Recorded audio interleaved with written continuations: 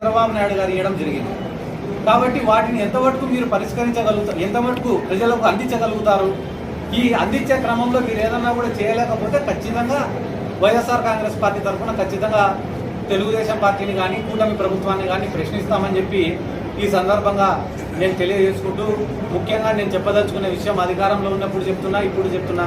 ముఖ్యంగా నందికొట్కూరు నియోజకవర్గంలో ఉండేటటువంటి వైఎస్ఆర్ కాంగ్రెస్ పార్టీ నాయకులు కానీ కార్యకర్తలు కానీ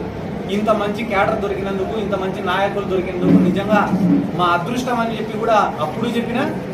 ఇప్పుడు చెప్తున్నా, నిస్వార్థంగా ప్రజలకు మంచి చేయాలనే ఒక ఆలోచన తప్ప, ప్రజల దగ్గర ఒక గుర్తింపు తెచ్చుకోవాలనే ఆలోచన తప్ప ఎప్పుడు కూడా ఏదైనా నీరు చెట్టు లాంటి కార్యక్రమాలు చేసుకొని కమిషన్లు కొట్టాలనో,